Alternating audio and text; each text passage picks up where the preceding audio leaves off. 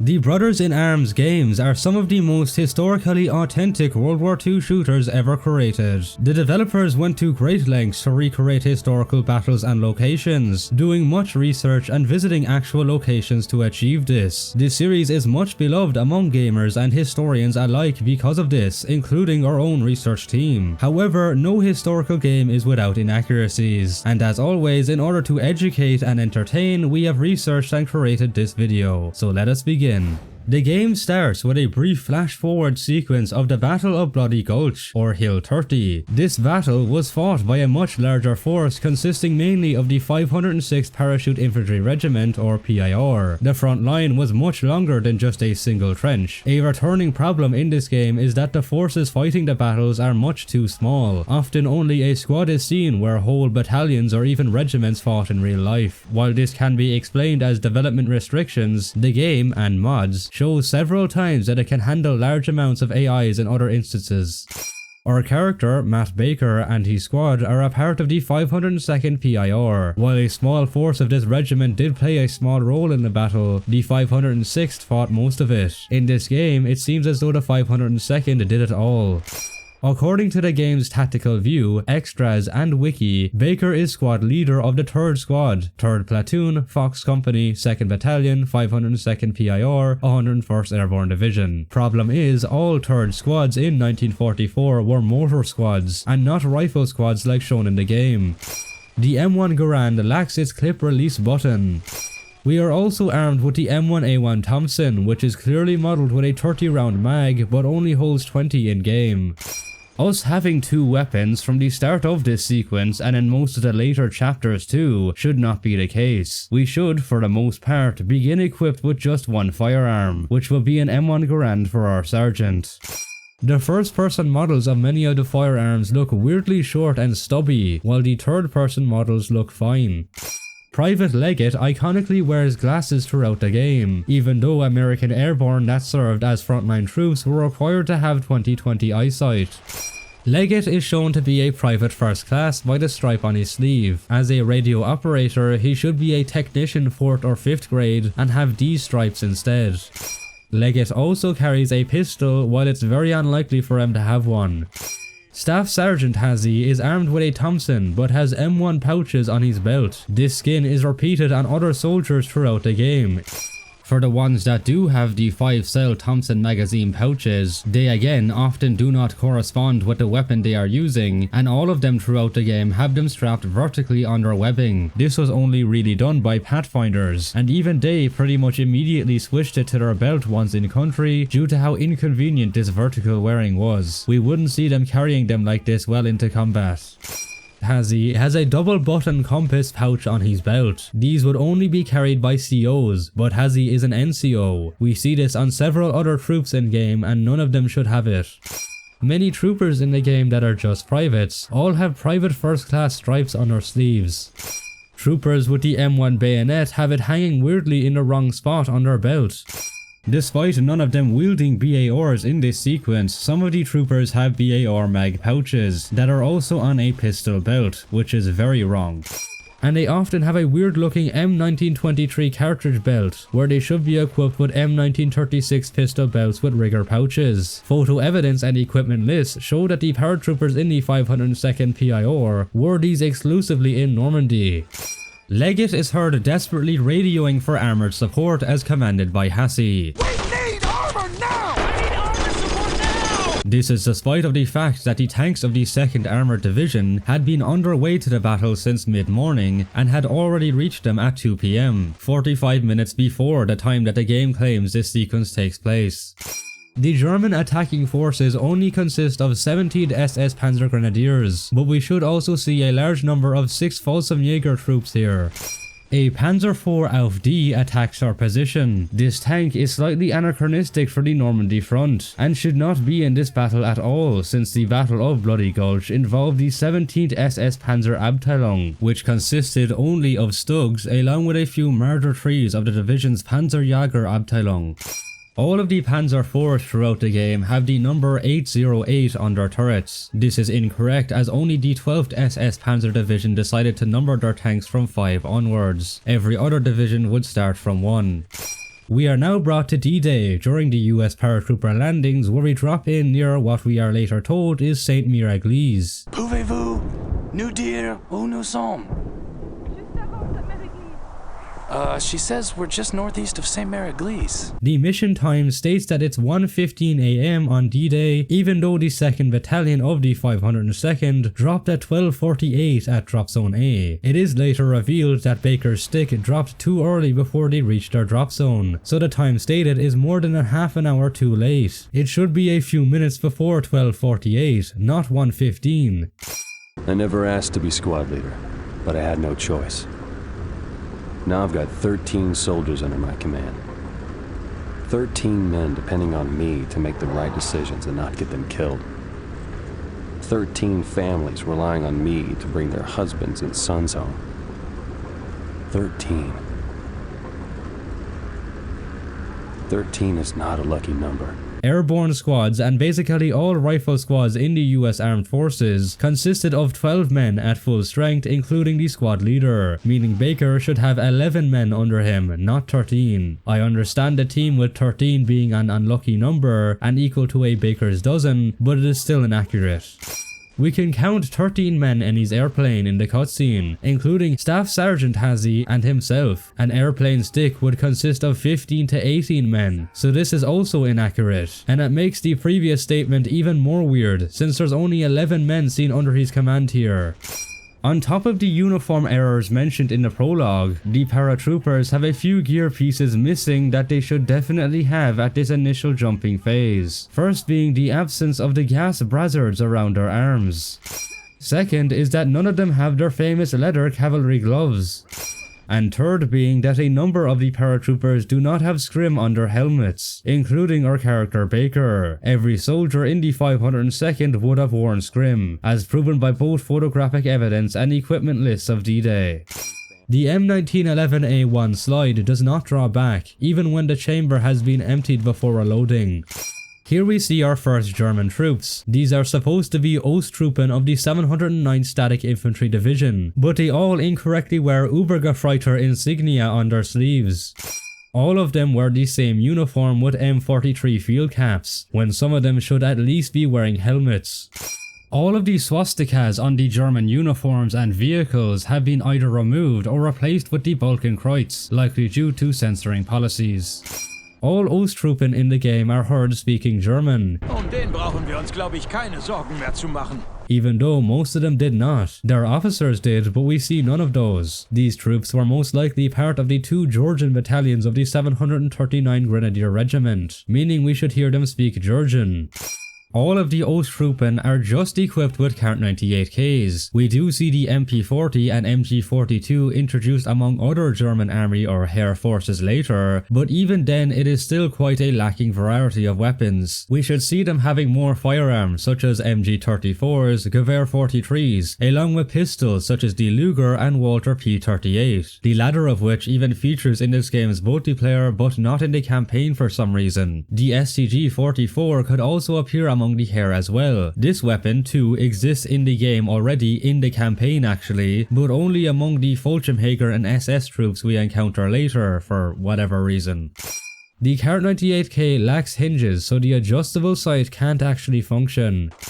The striker of all the bolt action rifles, including snipers later in the game, are incorrectly static. The earlier shown scene where Lieutenant Colonel Robert Cole and Leggett talk with the French civilian is inspired by real events. However, to match with reality, Leggett should be replaced by a trooper from the 505th that Cole had found a few minutes after landing. It is also worth noting that by this point Cole had been wandering for about 20 minutes and found roughly 30 paratroopers from the 505th, 506th and 508th Regiment, meaning he should have a larger group. While Osttruppen were indeed present in the vicinity of St. Miraglise, we should also see troops of the 30th Flak Regiment from the 13th Flak Division, especially in this following chapter where we take out German AA guns. The Opel Blitz model in the game has a way too narrow bed and cabin, and the wheel arches stick out too much. I know resources were scarce in Germany, but the trucks really didn't have to be on a diet, man. It seems the AA flak guns in this game fire 2 long bursts, and they seemingly don't have any reload animation. Every flak gun we see in the game is a 20mm flak veering 38. While not uncommon, we should see other types used such as the single barrel 20mm flak 30-38, 37mm flak 18-36-37, and 88mm flak 16-36. The extras of the game provide an intelligence report of a German stronghold with 2 AA guns, which this mission is clearly inspired by. However, the report is about a totally different position, specifically the artillery battery near St. Martin de Varville. This level starts with our characters having travelled to Exit 4 at Utah, but this is 7.5 kilometers or 4.5 miles from the area we are just at in the previous chapter. Did we not encounter anyone or anything throughout the nightly walk through Normandy? We literally passed through a drop zone and a major objective. A staff sergeant like Hazy would definitely have picked up troops along the way there, or the other way around. The mission's time states that it starts at 7 AM. In reality, the landing started at 6:30 AM, and we should be hearing the noise of gunfire and especially heavy artillery from the beginning of the chapter. Instead, we just get some mortar shells and a whole lot of quiet. Here we are introduced to Corporal Hartsock. Since he's a corporal, he should not have an M1A1 carbine but an M1 rifle. Despite having a carbine, he also wears the weird cartridge pistol belt with the strange pouches mashup. Baker himself also suddenly has a carbine with no explanation to how he got it. As a sergeant, he should have an M1 rifle. The regular M1 carbine appears on the situational awareness view as the icon for the M1A1 carbine for some reason. It is still all Osttruppen from the 709th Infantry Division that we face. Especially at the beach, we should at least see some regular German infantry of the 709th. The M1919 machine gun is depicted with a cut-off, inanimate ammo belt, and like all machine guns in the game, it can fire indefinitely without reloading or overheating. When approaching the beach, suddenly dozens of C-47s start flying overhead. There were no paradrops of any kind around this time in the morning, nor a resupply drop. If they're meant to represent bombers, then that's also wrong, as there were no bombings of the Koteten around this time. While there are indeed some blockhouse bunkers at Exit 4, the ones modelled here look off. They're in the wrong shape and angle. This is quite strange considering that the in-game extras show that the developers visited this location and saw the actual bunkers. The 4th Division Infantry landing at Utah looks wrong. They should all be wearing CC2'd HVT vests over their regular uniforms. They should also carry more specialized equipment rather than just gas mask bags, like toggle ropes, life vests, wire cutters, demolition equipment and some assault vests. At this time in the morning, the beach and its exit should be still under heavy artillery fire, even when the fort was moving off the beach. The log ramp obstacles are positioned backwards, facing the sea, Saving Private Ryan style. Seriously, lads? This chapter sees us attacking the German complex at Les Misières, known as Objective WXYZ. However, the real assault was conducted by Lieutenant Brandenburg and 15 men from scattered squads and regiments. Alright, same plan as before. Hartsock, you're with Baker. Baker, remember most of these guys don't know we're coming. So you and Hartsock tread lightly while you can. After Lieutenant Brandenburg had taken a severe injury from an enemy grenade, 2 men, Staff Sergeant Summers and Private Kamen, continued the assault through the hamlet. It is often said that Baker is based on Sergeant Summers, but besides his involvement in this mission, we don't see any real evidence for that.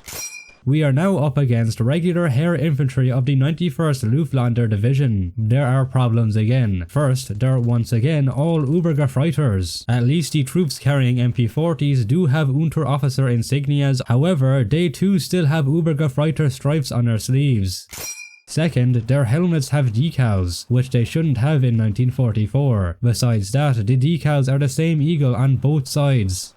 The bolt of the MP40 is static and apparently stuck in the closed bolt configuration when it should be open. The heavy configuration of the MG42 does not have the periscope sight that comes with the Lafette. The stock of the MG42 is black, along with the whole gun, making it look more like a modern MG3 than to the wooden and silver metal parts of the MG42. Also, this particular one can't be reloaded as the drum mag and the feed tray are stuck between the sandbags. We see this several times throughout the game. The sandbags are also in the way of the sights, so the gun can't be aimed properly. Guess these Germans must have been half asleep when they built this position. German soldiers manning the MGs do not have any specific machine gunner equipment that they should carry on their web gear, such as the MG Tasha, cleaning kit, pistol, etc. Cover fire was provided by a Private Burt armed with a 30 cal, however the covering fire is absent from this level. After clearing the mess hall, there should be a break between this building and a large barn, as indicated by the real events. Summers and K-Nyne had to break through a hedgerow and cross a 75-yard open field. A quote sniper, or most likely just a lone rifleman, was located in the hedge and even picked off some of the 15 men. Once again, as indicated by the real after-action report of this engagement, it was not the bazooka that set fire to the barn, but Private Burt's 30 cal machine gun. Tracer rounds had set the haystack on fire, which spread to the barn, causing 30 soldiers to come rushing out. The bazooka team only arrived after the barn had caught fire. Staff Sergeant Nick Rent fired 7 rounds into the barn, not 3 like Allen and Garnett. So who's hungry? Combat did not die down after this small skirmish. By 3 PM the same afternoon, it would take a larger force of tanks and infantry from the 4th Infantry to clear another 100 or so Germans. I say this Opel Blitz just became official US Army property. What do you think, Mac? I think I'm driving. Driving across Normandy on D-Day in a stolen German truck. What a great idea, if you want to get killed by friendly fire, that is. This chapter sees us take the village of Foucaultville, even though it was Company A of the 502nd who did most of the fighting here, not Company F of which we're a part of. What do you suppose killed him? Wasn't old age, I know that. A sniper was to be reported in the village's church tower during the time of fighting here, which is likely who killed this lone paratrooper at the start. However, the sniper never fires at us, is never seen, nor even mentioned by any of our characters throughout this chapter. Didn't we take this town? I think we have to assume for the time being that Foucaultville isn't under our control. The mission's time is stated as starting at 3 PM. This village was pretty much cleared by 2 PM on June 6th, however, with the exception of the eastern portion which saw repeated counterattacks throughout the afternoon and evening. There should be many more paratroopers of both the 506th and 502nd here. All blocks were set up with several paratroopers holding their positions, but we see none of them aside from the one corpse at the beginning. In fact, due to how the locations are accurately depicted in-game, we can use historical maps to see that we walk directly through the areas where the number 1 and number 2 blocking positions were, which should be manned by paratroopers, yet somehow these positions have fallen, which didn't happen in reality. Once again, we're up against troops of the 91st Air Landing Division, however only 790 troops fought around Foucaultville.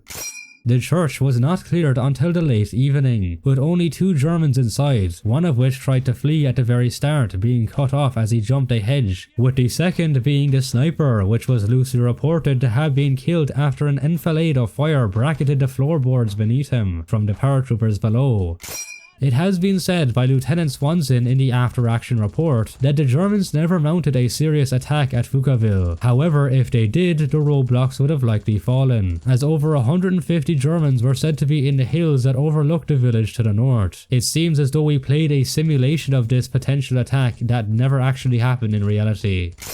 This next chapter brings us to Landing Zone E at Hiaville to assist glider landings by clearing the area of enemies and pole obstacles. In reality, the landing zones were defended by troops of the 501st PIR, not the 502nd. Our presence here is inaccurate.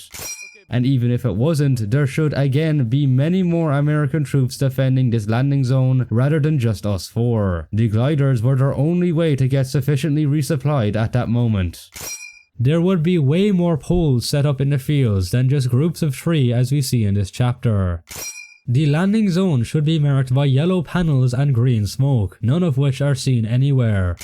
There were no Germans directly in the landing zone as shown in this mission. They would hide around the landing zone in hedgerows and open fire on the disembarking glider troops. They would not have been positioned right in the middle of the zone out in the open and in the way of the landing gliders. While the Germans did counterattack against the landing zone and overrun some of the gliders, this was not the case at the time of 9 PM when this chapter takes place. Jäger were also a part of the counterattack. If the developers wanted Germans present at the landing zone, they should have included some of them too. These poles should have been cleared well in advance. Literally running into fields which gliders are actively crashing down into is almost like running into the middle of a highway to remove a traffic cone. To blow up all poles in the chapter, Baker uses 18 blocks of TNT. Add the AA guns that we destroy and it's 20. His pockets must go to Narnia or something, because there is no way that he'd be able to carry all that stuff by himself. The glider troops we meet have a pretty weird uniform. The jacket seems to be a mashup of the M41 jacket with HVT pockets on the chest. The M41 that they should wear does not have those pockets. They should also be wearing brown wool trousers instead of the what seems to be HVT green ones they have in game. I would like to point out the route Baker has taken throughout the 20 or so hours of night and day, which we have mapped out on screen. I find it very unlikely that a paratrooper would be in so many places on D-Day. They would have at the least had to stay at one of their objectives, like Foucaultville or Objective XYZ, especially Foucaultville, as the fighting there went on for the entire day and into the 7th. Also think of the point I made earlier, that Baker apparently went from St. Miraculous to Utah Beach without encountering anything important. The same goes for the even longer journey from Objective XYZ to Foucaultville. The Brothers in Arms games are classics from a more civilized age, when multiplayer in games were not reliant on sweat-filled skill-based matchmaking lobbies as have especially become prevalent with the new Call of Duty games. But this is one of the many problems that our sponsor No Lag VPN is here to help with and resolve. No Lag VPN not only protects your data from hackers, but also pings you to the closest servers instead of faraway skill-based ones, thus reducing the effects of SBMM and drastically decreasing the queue times that were caused by it, all of which does not cause shadow bans or bans at all, as it is not against TOS. No Lag VPN also routes only your gaming connections through its servers, while leaving non-gaming connections through your regular Wi-Fi, meaning even if you're watching YouTube while playing, or if someone in your house is downloading the entire Brothers in Arms series, your gaming connection will not be affected, maximizing Wi-Fi speed, giving you a better ping. No Lag VPN is here for you, available on PC, Xbox, PlayStation, as well as iOS and Android phones. So if you want to game smoothly, protect your data, and decrease the effects of SBMM, check out No Lag VPN today by clicking my link in the description for a whopping 62% off. Now, back to the inaccuracies. We are now brought to the village of Vierville on D+1, June 7th. But once again, the 502nd was not involved in the liberation of Vierville. It was the 1st and 2nd battalions of the 506th. I can see a trend developing here. Hartsock now is armed with a BAR. In both the Brothers in Arms E3 demo of 2004 and the sequel Earned in Blood, we learned that he pulled it from a crash glider, so this is certainly possible and forgivable for him, despite the fact that the BAR was not issued to paratroopers in Normandy. What is certainly wrong though is that he is wearing the weird cartridge pistol belt with the strange pouches mashup instead of a BAR belt. Vierville was located between the drop zones of the 501st and 506th PIRs. The village was completely surrounded by airborne on June 7th. So where are all these troops? The 1st Battalion, who did most of the fighting for Vierville, had around 225 men. Vierville was occupied by both 91st Luftlandä and 6th Jäger Regiment forces, yet we only see the 91st in this chapter. US armor support did not show up in the village until it was already taken. Then it was much more too. A column of Shermans of the 746th Tank Battalion and a column of Stuarts from the 70th Tank Battalion. Not just this one little Stuart tank. 6 Shermans from the 746th did turn up around 11 AM when the battle was getting really heated, but the majority of them fought outside of the village in the hedgerows, not in the village. There are no reports of enemy armor or anti-tank guns anywhere near Vierville. During the actual battle for Vierville, 1st Battalion's commander, Lieutenant Colonel Turner, was inside the church along with Colonel Sink and General Taylor. The church should firmly be in Allied control at this point. As mentioned prior, the battle for Vierville occurred outside the village. Most of the fighting occurred around the small village of Beaumont, just a few miles southwest of Vierville, to the point that one of the aforementioned Shermans would be hit by AT weapons, and 2 to 3 German counterattacks would occur throughout the afternoon. This would make for a decent level, but for some reason it is not even an afterthought. I would like to add to this that throughout the entire game we see no civilians at all, even though none of them were evacuated, and Normandy was still full of them. They suffered greatly from artillery, bombings, firefights, and German reprisals. The only civilian we encounter in the game is the woman that told us we were in St. Miracules in the first chapter. The only AT gun used by the Germans in the whole game is the Pak-36, which, while still in use, was mostly outdated in 1944. We also only encounter them in chapters where we have armor support, which would be a bit too coincidental, but this is likely just due to gameplay reasons. Regardless, there should be other AT guns present, such as the Pak-40 and Pak-38, and perhaps some various captured French, Czech, Polish, and sometimes Russian AT or infantry support guns as well where applicable. The Stug 3 AUF-C is mislabeled in-game as the AUF-A.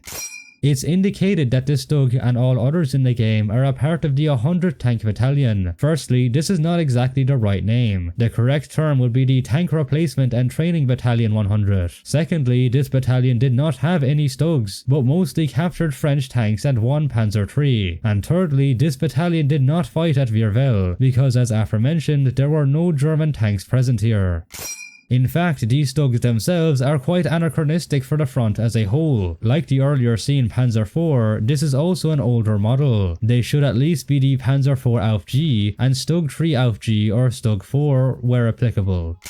All of the German tank commanders in the game are wearing black Panzertruppen uniforms, which should not be the case of the crews of Stugs. They would be wearing greenish Feldgrau ones as seen in these pictures. The details of the uniform itself are also off. They have the SS Eagle on their sleeves, and it's on the wrong sleeve even for SS uniforms. The collar has white piping along it, which makes no sense. If this model is a tank commander, then it should be pink like the piping on the shoulder straps here. And all of them have hair Litzen on their collars. Although this was the case for some Stug tankers, it should not be the case for any of the Panzer IV commanders we see later. They would have the Totenkopf tabs instead. The German counterattack comes from the direction that we just entered the village from. What? That's literally the direction our fellow airborne forces and the 4th Division are located. There was no counterattack anyway, as the German forces retreated towards Saint-Côme-de-Mont in the other direction. We are now brought to fight for the road junction known as Dead Man's Corner, but once again our unit is out of place here. It was the 506 that battled along this road towards the crossroads at Dead Man's Corner. At the end of the level, Hazy even mentions the 506th, but none of them are seen at all. DeSola and Corian are back in Beaumont with some guys from the 506. Also, there would again be many more American troops. While the American column did split up at some point, 1st Battalion and D Company of the 506th pushed up to the crossroads. D Company was 94 men strong. The largest of the companies assembled, but they were at the rear of the column behind A and C companies and HQ. In this chapter and the following one, which also takes place around this area, we are again fighting only Heer forces of the 91st Division, even though the majority of German troops here were 6th Fallschirmjäger. The Germans very likely would not have set up these kinds of sandbags and such defences along the road. It was a fighting retreat and they made use of the terrain like ditches and hedgerows.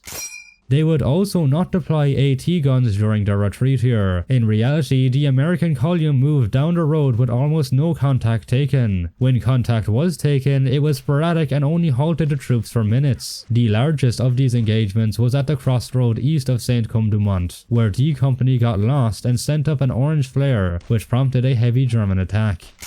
The story of the tank at Dead Man's Corner is a very popular one, and thus many discrepancies and different ideas exist about it. The most accepted narrative is that a Fallschirmjäger named Bruno Hinz, so again not Heer Infantry, knocked out the tank with a Panzerfaust, close to what's portrayed in the game. Other sources say that it was a German AT gun firing from along the N13 highway to the south, but we'll go with the Panzerfaust story and accept it as accurate, as more sources corroborate this. In this game, it's Baker's friend, George Risner, who is killed. In real life, most recent historical research has deducted that it was Sergeant Anthony Tomaszewski who was killed along with the driver Alan D. Curry. Some actually say that the dead man was the driver and he remained seated inside the tank, but the accepted story is that the commander did indeed hang out of the tank's hatch for several days and gave the junction its name. He was blown out of the tank by the blast, not shot afterwards by the Germans as shown here. Also, the 2 surviving crew members got out of the tank and survived, while in the game none of them are seen bailing out. It was well after dark when the Dead Man's Corner was deemed secure. As the company dug in around the crossroads, 8 trucks and jeeps carrying supplies became lost and linked up with the paratroopers. Mac could have easily been accompanying these trucks. Missed opportunity there, developers. One final thing to note for this mission is the emptiness of the skies. By this point from midday, the skies were filled with P-47s conducting bombing runs around this area. This next chapter starts us still at Dead Man's Corner near St. Come-de-Mont on the following day, June 8 at 5:50 am. At this time, however, St. Come-de-Mont was still under heavy American artillery bombardment. We should at least hear some of that in the background. A rolling barrage was conducted later, which also slowed down the troops and wouldn't stop until roughly 6:15 am. Later still, around 7 am, enemy artillery would rain down on the area around Dead Man's Corner, which halted Dog and Able Company's advance. There should also be 2 companies worth of men here, not the 8 men hiding on the corner. Now there's a farmhouse down this road a bit. An MG's been wreaking havoc on anyone who passes by. The farmhouse that we're supposed to clear was used by the Germans as they ambushed the Americans at Dead Man's Corner, but this was the night before, and it was then abandoned after a prolonged fight. Corian and Dezola join our team, and they both have Thompsons, while they should be equipped with Garans. They are riflemen in a rifle squad, and have no special role that might merit having a submachine gun. While NCOs and technicians in the airborne sometimes had SMGs, 2 regular riflemen like Corian and Dezola would really have to keep their rifles in combat. The attack in the south was conducted by Able and Dog companies of the 506th, later joined by 3rd Battalion from the 501st and the 401st Glider Infantry Regiment. Again, we as 502nd troops are out of place. Yes, there is definitely a pattern here. In reality, Able Company began their assault first at 4:45 am, an hour before the time of this mission. They became bogged down by enemy artillery and were joined by Dog a few minutes later and stuck to the right side of the road. Of course, Dog are nowhere to be seen in game. During the assault up the small hill that overlooks St. Come-de-Mont, cannon fire would hit the company's rear as they advanced. Notably, an engineer officer and Captain Gross of D Company were killed while they were discussing how to tackle the causeway bridges with Major Foster, who was also wounded by the blast. None of this features in game. There should be troopers from the 501st on top of the hill that we moved to, but they are also absent. There is no evidence of any anti-aircraft guns being in this area. The counterattack should come from the northwest, not the east. These troops were coming from St. Come-de-Mont. In reality, this counterattack would catch the 501st completely off guard, as they were preparing to take the Causeway Bridge to the south and would actually dislodge the 501st from the hill we just came from. So this counterattack should be bigger in strength. We now have almost our entire squad together, but throughout the entire game we're missing our squad machine gunners. They should be the only ones also equipped with carbines. We are now brought up to take the town of St. Come in this chapter. The 502nd still was not involved here, and by the chapter's starting time, 12 PM, the town was under full attack from 2 sides by several paratrooper and glider regiments. It should not be this quiet, and I doubt our lads would have time to chit-chat about superheroes in the middle of this heated battle. All I'm saying is, logistically, Superman would break Batman in half. Listen, Baker, I need this town cleared. The whole 101st is moving in tomorrow, and we want to make sure things are nice and cozy for them when they get here. That's great and all, Mac, but St. Come-de-Mont was already cleared by this time. There shouldn't be any Germans left in the town, as most of them would have fled during the counterattack we defended against in the last mission. We are now finally fighting the 6th Fallschirmjäger, but of course there's stuff wrong. First, we should see some 91st troops here, since one of their battalion command posts was in town. Second, their uniforms. They're supposed to be Sumpftarm smocks, but the brownish colour is much too dark and the pattern seems off. They should also have more variation, with Luftwaffe Splinter Tarn also being common, and just regular green smocks would be there as well. The same goes for the helmet. This one is the plain Feldgrau with decals. Most helmets should be camouflaged with either covers or paint and other camouflages, and have the decals removed. At this point in the war, many Fallschirmjäger were also issued regular M40 or M42 helmets. We should see some of those for variation. The Zelt bands these Jägers carry on their back are in the oak leaf pattern, which was only used by SS troops. All Jägers have Luftwaffe Unterfeldwebel insignia on their collars, so apparently every single one of them is at least a squad leader. I wonder where all their squad members went. Their belt buckles are regular hair ones instead of Luftwaffe. Jägers equipped with Kar-98K rifles are carrying STG-44 mag pouches.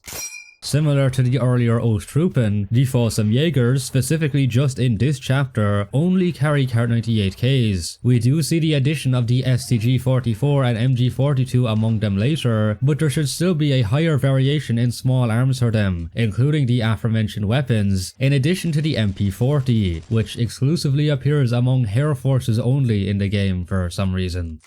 Because apparently the Germans don't care about friendly fire, we often see them firing their mortars dangerously close to their own positions. It is correct that mortars were firing from this part of the town, but there should be much more, and most of them were firing east of the approaching 506th, not south. The massive hour-and-a-half artillery barrage that occurred this morning seems to have very little effect on Saint-Come-de-Mont in-game, as most of the buildings are intact. The developers even showcase several of the buildings in the chapter's extras. However, most of these buildings were rebuilt after the war, and yet they chose these rebuilt houses as the models to portray in-game. The Panzer IV Auf D is seen again. Besides being anachronistic for the front, we can now look at it in the situational awareness view, where we can see that it is incorrectly referred to as an Auf F. It also should not even be here, as there wasn't any German armor in this town at all. It takes numerous Panzerfaust shots to destroy this Panzer IV. How on earth? The Panzerfaust is able to penetrate over 200mm of armor, and should have no problem penetrating and destroying this tank in a single shot. 34% of British tank losses in Normandy were due to the Panzerfaust. Goes to show how deadly the weapon was. After we've taken out the tank, the whole town is suddenly ours. We've barely moved up to the center. There's also still no American soldiers to be seen anywhere. Normandy seems pretty damn empty for an invasion front right now. Now we come to D+3, June 9th, to play the first chapter of this game that is fully fictional. The description says that this is west of Saint-Come-de-Mont. While cleanup operations around the town of Saint-Come definitely did happen, this whole fight did not happen. The farm is fictional itself, being made up of different Normandy buildings. This can actually be seen in the extras, where the devs explain the farmhouse and the barn are two different buildings they found in Normandy. After a very long search, I have actually been able to find the farmhouse on Google Maps. It is indeed near Saint-Come, but the surrounding area looks very different. The barn is not there, and it is not situated on a hill. In fact, it's east of the town and not west like in the game. Leggett, you're ranking private, so you take Allen and Garnett with you around the back. Why are we with the boy wonder? Don't even try to argue with me, son. I was kicking ass while you were playing dolls with your sister. No, Leggett is not ranking private. Allen and Garnett have the exact same private first class stripes on their sleeves as Leggett. If I was either one of them, I too would also grumble under Mac's incorrect delegation. And definitely not because it leads to this. Baker! They're dead. The Sherman accompanying us is an M4A1 Sherman with the much older M34 gun mantlet. These would, at best, be uncommon by this time, as they were standardized and replaced by October 1942 with the much newer M34A1 gun mantlet. The M2 Browning on the tank should have a foldable ladder aperture sight. The situational view of Sergeant Jackson Annie Sherman says he's a part of the 4th Infantry Division. However, it will be more accurate to say that he is a part of the 70th Tank Battalion, which was attached to the 4th Infantry. Despite this little nitpick, A, B and C companies of the 70th Tank Battalion, which were equipped with Shermans, were nowhere near Saint-Come-de-Mont at this time. The nearest Sherman would be at Saint-Mire-Église. The aforementioned D company, which was tasked to assist the 101st Airborne while they secured the causeway, was only equipped with Stuarts, so it would make more sense if Jackson was in a Stuart, not a Sherman. When we pick up the STG-44, it's called the STG-44 machine gun, even though it's an automatic rifle. The STG-44 incorrectly has a static, non-reciprocating charging handle.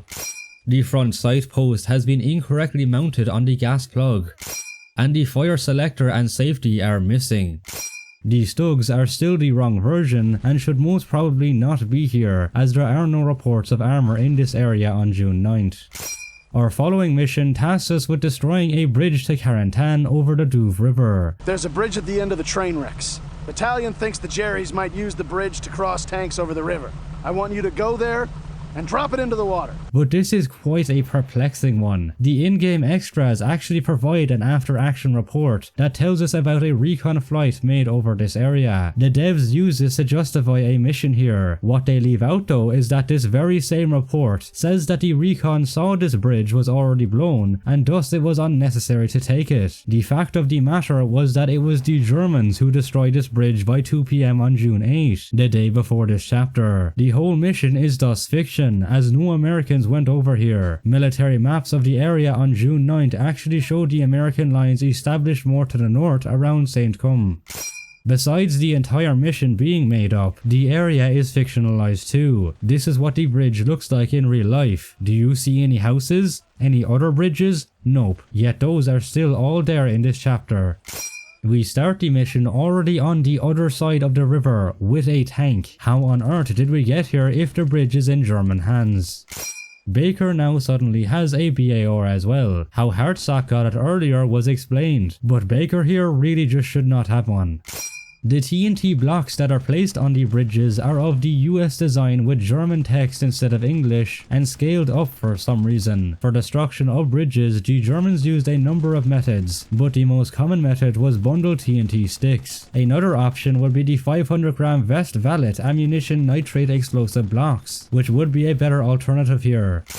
The amount of explosives on the bridge is ludicrously high. We can see at least 8 on the surface. Judging from the sizes of these explosive charges, they seem to be the 500-gram or 1-pound charge packs, which means that there is 4,000 pounds or nearly 200 kgs of explosives, and that's not counting any that could be placed under the bridge. Upon detonating this bridge, Baker, the tank, and everyone else would be completely vaporized in the blast.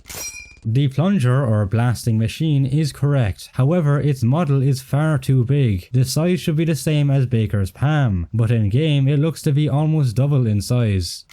The D+4 chapter takes us to the battle for Carentan, during the famed assault on the N13 highway that later became known as Purple Heart Lane. While yes, the 502nd is finally the right regiment for this mission, we're still not in the right battalion, as 3rd Battalion spearheaded the push across the causeway, and we're a part of the 2nd Battalion, therefore the trend continues. And again, way too few men. Even Lieutenant Colonel Cole, who is a true-to-life character who fought here, asks, "This is it? One squad?" Yeah, no it wasn't. You had a whole battalion plus reserves in reality, my man. By the mission's time of 6 PM, there should also be plenty of troops already ahead of us. In this chapter, and the later Tom and Jerry one, Baker starts equipped with an M1903A4 Springfield sniper rifle, but the airborne did not receive these until August of 1944 after the Normandy campaign. Keeping with this game's apparent tradition of misplacing ammo pouches, we now begin to see M1 carbine pouches being worn by M1 Garand wielding troopers. The second bridge here was blown up prior to the assault down the causeway. However, Lieutenant Colonel Cole had placed a wooden plank as a makeshift bridge for the paras to cross. This is absent from the game. Lieutenant Colonel Cole doesn't have any ammo pouches on his belt. Even the high-ranking COs would absolutely be loaded with gear. The advance along the causeway was more of a crawl from cover to cover by hundreds of men, rather than the short run we see here. The Americans were under much heavier fire and from further away than represented in this mission. Think mortars, machine guns, snipers, and even 88mm fire all the way from Carentan. A patrol led by Lieutenant Cahouf earlier at 5 AM discovered that the 4th bridge was wired to be destroyed. Private Roach and Private Pace cut the wires but left the demolition charges there. These charges are not visible in game. When they reached bridge number 4, the 502nd dug in the field behind the hedgerows on either side of the river, as they were already under fire from Ingove Farm. During the night, sporadic artillery and small arms fire caused more casualties. We see none of that in the game though. The Stuka attack here is represented as taking place in the evening during dusk, while it happened around 11:30 PM in reality, after dark, in accordance with the late war Stuka doctrine. The Stukas have yellow bands on their tails, which were only put on bombers that fought on the Eastern Front. We hear the Stukas' iconic Jericho trumpets when they dive.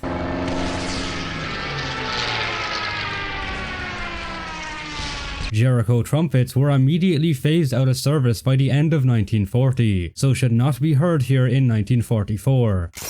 The Stukas struck Item Company around the 3rd bridge, not the 4th bridge.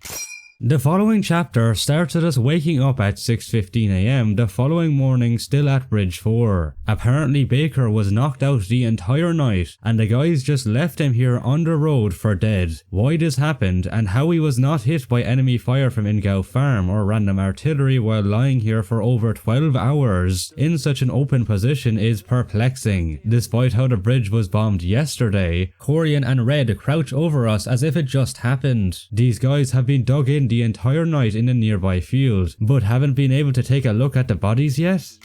We see that the Stuka bombing killed only a handful of troopers here, when it killed 30 men in reality. All of these corpses in game also have corporal stripes on their sleeves. Hard to believe that 4 or 5 corporals from different squads were all hit and no one else.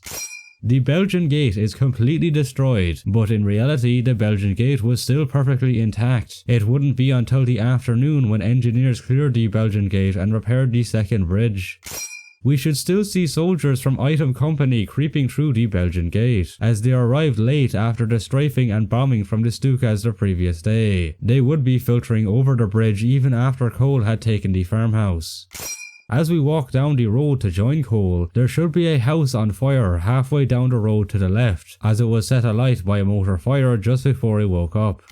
Cole's charge was carried out by over 250 men from the 3rd Battalion of the 502nd, not less than 20. Although most of these 250 men did not receive proper orders, and only a handful of men followed Cole at first, the rest soon understood what was going on and followed suit. Nobody moves till I give the command to charge. At this point, Lieutenant Colonel Cole famously ordered bayonets to be fixed, but he doesn't mention it here. The order wasn't heard by most of the men, but we should see at least a few troops following suit and hear him say it since we're right next to him. The distance to the farm is too small. It is hard to say what it is exactly in the game, but it should be slightly over 250 meters, much longer than the distance in game. The farmhouse was quickly abandoned after Cole called artillery on it. This artillery barrage is coincidentally missing since we wake up afterwards before the assault. After the barrage was concluded, we should see more dead Germans or even abandoned weaponry and equipment scattered around the farmhouse. The whole flank around the fields next to the farm we make here was not necessary, as several American companies attacked and covered the area. It is also pretty illogical that when we come back there's literally Germans back at the farm, facing towards the back. This did not happen. Our next chapter keeps us at Ingao Farm at 8 AM, but there's again way too few Americans here. The farm and surrounding area should now be teeming with them, as the 1st and 3rd Battalion had dug in here. B Company of the 502nd had actually pushed towards the crossroads and taken positions in the hamlet there, yet they're nowhere to be seen. We are tasked with rescuing Lieutenant Combs, another real-life character. Lieutenant Combs and what's left of his platoon are pinned down not far from here. They might last 2 hours. They might last 2 minutes, but they won't last at all if we don't reinforce them. We have to hold this position as well, so I can't send all of us.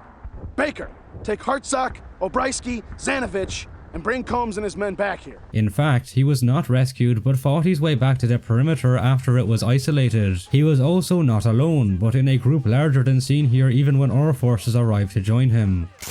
Let's get back to the farmhouse. During this time in the morning in reality, Combs didn't fall back to the command post at the farmhouse. He instead remained behind with 18 men on a firing line near the main road. He did not return back to the farmhouse until later around mid-afternoon, only after he was mortally wounded at the crossroads and evacuated back to the Ingao Farm aid station, where he died not much later. We see none of this in game though, as he is just fine upon reaching the farmhouse, and everything is treated as all happening in the morning instead of across multiple hours of the day as it did in reality. Also, when he and his patrol did reach the farmhouse, the 502nd were enduring their most intense fire. A small truce would even occur and several counterattacks. However, the ambience of this mission when we return with Combs is incredibly quiet. Baker, we've stirred up a hornet's nest. The Krauts know we set up CP here and they're about to pour everything they have on us. Everything. Don't let them through! The counterattack was not fought off literally in the backyard of the farm. The Germans kept pressing the Americans from the south and southwest all afternoon around the entire perimeter, which was much wider, encompassing several fields and hedgerows. And again, of course, whole companies were involved, not just our one squad. In spite of me starting to sound like a damn parrot at this stage, the 2nd Battalion of the 502nd was not even involved in any of this. This battalion had haphazardly fallen back to the bridge after a withdrawal order had circulated around the men. Although some men remained in positions unsure if the order was real, only after this counterattack was over did they take over and consolidate the position of the 1st and 3rd Battalions around in Gulf. I'm starting to think Baker is just imagining himself being in all these historical battles at this stage. To make matters worse, according to the after-action report that the game's extras themselves once again provide, we should be under constant motor fire from the Germans too, not a sporadic explosion here and there. The motor fire was so intense that an entire platoon from A company was completely wiped out after crossing a field. The Germans were on the verge of breaking through when the Americans finally established contact with all of their available artillery. Only then did the Germans withdraw, under heavy US bombardment, which is of course also absent from the game. These are for you and your men. Found them in the cellar. It's Calvados. An apple brandy.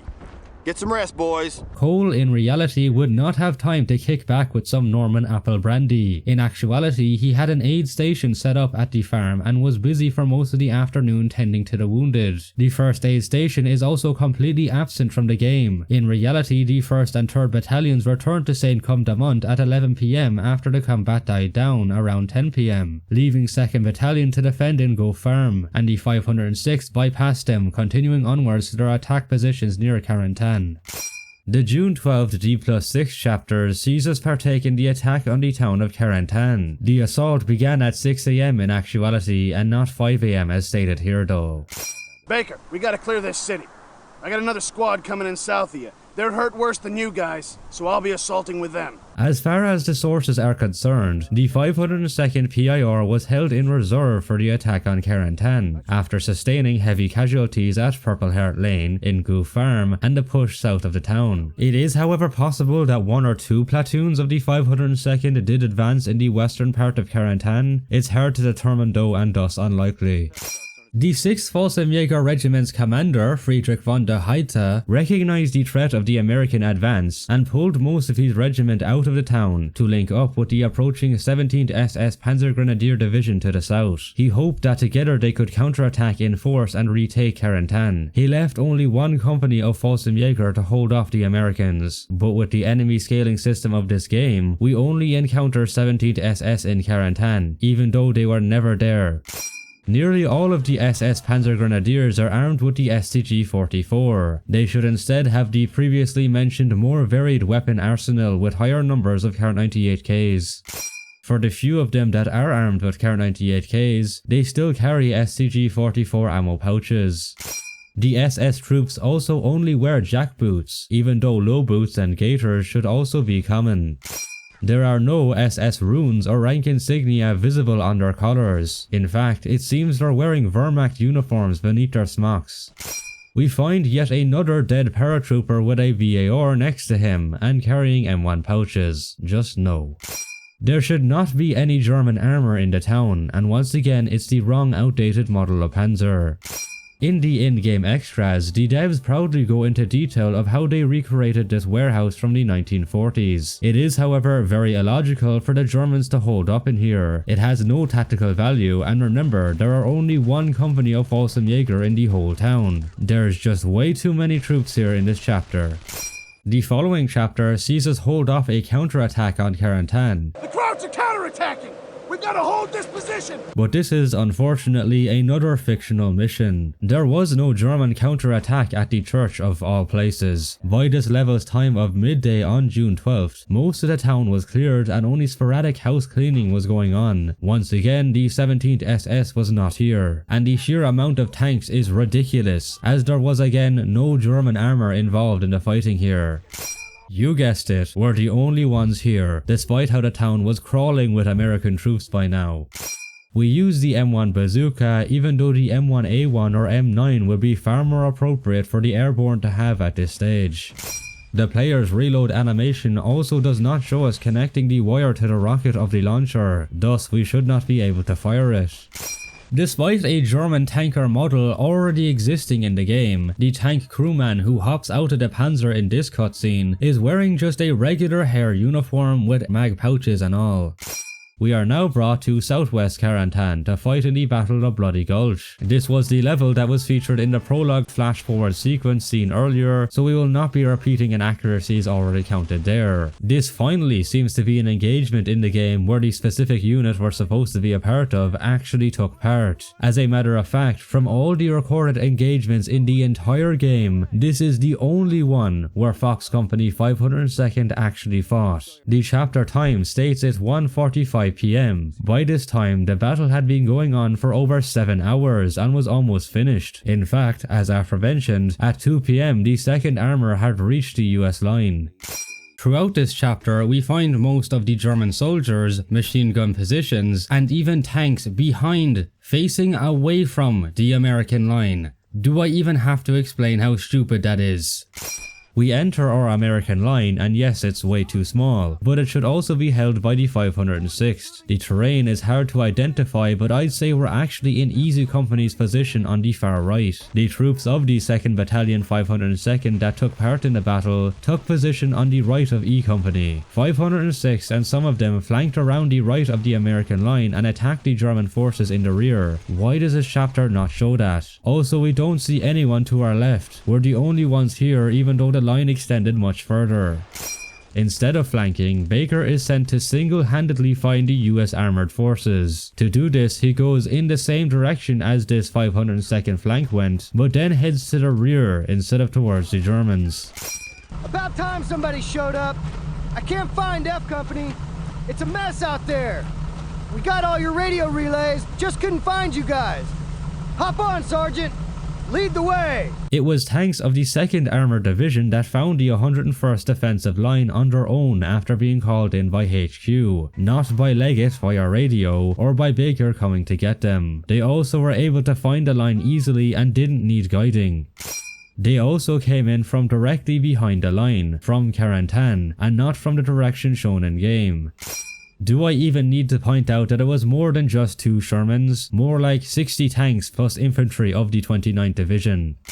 The final D+8 June 14 chapter sees our characters brought together to hold a ceremony in the center of Carentan, which is then broken up by German mortar fire. However, at this stage, the Germans were pushed back far out of range for mortars. Sporadic artillery fire did happen, but that would be different from what's shown here. This could be based on an actual award ceremony that happened on June 20th at the town center square in Carentan, where the Germans spotted the gathering from the air and fired artillery, killing a French civilian girl. But even this was still from much longer ranged artillery, so again not mortar fire, and occurred on a different day than presented here.